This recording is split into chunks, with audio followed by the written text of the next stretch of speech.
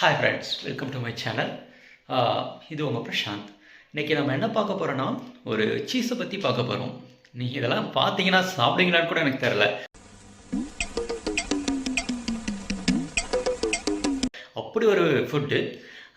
இது எப்படி இருக்குன்னு பார்த்தீங்கன்னா, ஒரு சீஸு அது மேலே புழுவெல்லாம் வைக்கும். ஆனால் அது சில கண்ட்ரீஸில் ஃபேவரட் ஃபுட்டாக கூட இருக்குது. என்னை வச்சு ஒன்றும் காமெடி பண்ணலையே. ஏன் அதை பிளாக் மார்க்கெட்டில் கூட அதை சேல் பண்ணுறாங்க. பிளாக் மார்க்கெட்டில் பல வகையான பொருள் விற்கும். ஆனால் இதெல்லாம் விற்பாங்களான்னு கூட எனக்கு தெரில. அப்படி இது இருக்குது, ஃபேமஸ். இதை ஒரு ஸ்டேட்டஸ் ஃபுட்டாக கூட கருதுகிறாங்க. இது எங்கே விற்கிது, இதை ஏன் அப்படி சொல்கிறாங்க, இதே அந்த மாதிரி ஒரு ஃபுட்டாக இருக்குது பார்க்குறதுக்கு முன்னாடி நம்ம சேனலை சப்ஸ்கிரைப் பண்ணிக்கோங்க. வாங்க பார்க்கலாம். என்னன்னா காசு மஷ்ரூம். இது எங்கே கிடைக்குன்னு பார்த்தீங்கன்னா, இட்டாலியில் சார்டினியாங்கிற தீவில் தான் இது கிடைக்குது.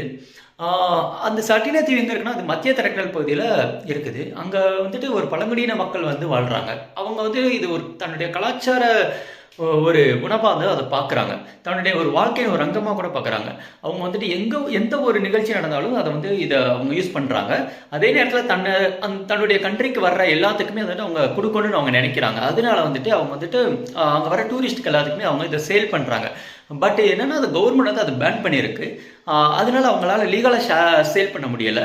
அதனால் அவங்க என்ன பண்ணுறாங்கன்னா, வீட்டிலையோ இல்லை வேறு பல வகையான கனெக்டிவிட்டியெல்லாம் அவங்க தயாரித்து அவங்க வந்துட்டு இல்லீகலாக அங்கே வர்ற மக்களுக்கு வந்து அவங்க சேல் பண்ணுறாங்க.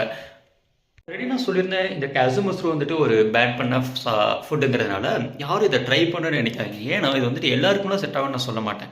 ஏன்னா இது வந்துட்டு ரொம்ப ஒரு நாள்பட்ட உணவு. சொல்லப்போனால் இதில் வந்துட்டு இதை எப்படி ஃபார்ம் பண்ணுறாங்கன்னு உங்களுக்கு தெரிஞ்சிச்சுன்னா இதை நீங்கள் சாப்பிட்ணுன்னு நினைக்கவே மாட்டாங்க.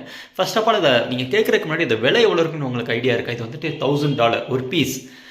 அப்புறம் அது எவ்வளோ லக்ஸரிஸான ஒன்றுன்னு பார்த்துக்கோங்க. அதுக்கு ரீசன் வந்து அது வந்துட்டு அது லீகல் இல்லைங்கிறதுனால, இல்லீகலாக விற்கிறதுனால அதோட ரேட் வந்து ரொம்ப அதிகமாக விற்கிறதா ஒரு தாட்ஸ் இருக்குது. இது பல டாக்குமெண்ட்ரி அவங்க பண்ணியிருக்காங்க இது ரிலேட்டடாக. ஃபஸ்ட்டு இது எப்படி அவங்களாம் மேக் பண்ணுறாங்கன்னு பார்க்குறதுக்கு என்னென்ன பண்ணுவாங்கன்னு பார்க்குறேன். ஃபஸ்ட்டு வந்துட்டு எப்படி தயாரிக்கிறாங்கன்னா, ஃபஸ்ட்டு வந்துட்டு பெக்ரனோ சர்டோங்கிற ஒரு ஆட்டோட பாலில் இருந்து ஃபஸ்ட்டு ஒரு சீஸை தயாரிக்கிறாங்க. அதை வந்து வெயிலில் காய வைக்கிறாங்க. அப்புறம் அந்த பாலில் வந்துட்டு ஒரு வகை சேர்மத்தி அப்படிங்கிற ஒரு டைப் ஆஃப் வந்துட்டு அதில் முட்டை போட வைக்கிறாங்க. அந்த முட்டை வந்துட்டு ஒரு 3 to 4 days வந்து அப்படியே வச்சுருக்காங்க. அது வந்து பொறிக்க ஆரம்பிக்குது. அதுலேருந்து ஒரு லார்வா வெளியே வரும். லார்வானா புழு வெளியே வரும். அந்த புழு என்ன பண்ணுன்னா, அவங்க வச்சுருக்க அந்த சீஸை வந்து அது சாப்பிட ஆரம்பிக்கும். அந்த சீஸை அது சாப்பிட்டுட்டு அது ஒரு வகையான கெமிக்கல் அந்த சீஸுக்குள்ளே அது வெளியிடும். அந்த கெமிக்கல் என்ன பண்ணுன்னா, அந்த சீஸை வந்துட்டு ரொம்ப சாஃப்டாக்கும். ஒரு வகையான கெட்ட ஸ்மெல்லாம் ஜென்ரேட் பண்ணும். டேஸ்ட்டை இன்க்ரீஸ் பண்ணிவிடும். அப்போலாம் பல வகையான கெமிக்கல் ரியாக்ஷன் அதில் ஏற்படுத்தி விடும். அப்படி பண்ணுற போல அந்த சீஸ் என்ன பண்ண, ஃபஸ்ட்டு ஹார்டாக இருக்க சீஸ் வந்துட்டு, ஏன்னா வெயிலில் காய வச்சுருக்காங்க இல்லையா, இது ஹார்டாக இருக்கும். அந்த புழு சாப்பிட்டு அந்த கெமிக்கல்னால வந்து ரொம்ப சாஃப்டாக ஒரு எப்படி இருக்குன்னா, ஒரு பன்னீர் மாதிரி ஆயிரும். ரொம்ப சாஃப்டாகிடும். அந்த சீஸ் வந்து ரொம்ப டேஸ்ட்டாக இருக்கும். ஆனால் அதில் என்ன ப்ராப்ளம்னா, அது ரொம்ப ஸ்மெல் அதிகமாக கெட்ட ஸ்மெல் வரும். அதே நேரத்தில் இது வந்துட்டு ரொம்ப நாள் கணக்காக என்ன இருந்தாலும் அது ஒரு புழு தானே. புழு வர்றதுனால வந்துட்டு அது அன்ஹைஜீனிக்காக இருக்கிறதுனால கவர்மெண்ட் வந்து அது பேன் பண்ணியிருக்கு. இது வந்து சட்டப்படி சாப்பிடவே கூடாது.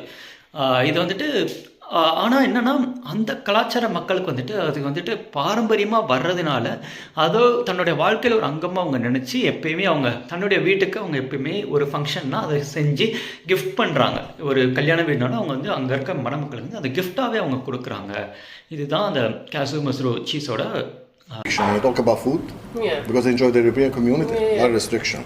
So they think about it. Oh, but the fly, when they to lay the eggs. Before went to the cheese, maybe went to the dead animal. It became being infected. But nobody died, and people enjoy. It's a kind of thing like explanation. அது making process. So இதை உங்களுக்கு எப்போ try பண்ண உங்களுக்கு ஆசை இருக்கா? ஆசை இருந்தால் கமெண்ட் பண்ணுங்கள். சப்போஸ் அதை லைஃப்பில் ஒரு டைம்லாம் நீங்கள் பார்க்கணும்னு நினச்சிங்கனாலும் கமெண்ட் பண்ணுங்கள். தேங்க்ஸ் ஃபார் வாட்சிங். ப்ளீஸ் சப்ஸ்கிரைப் பண்ணுங்கள்.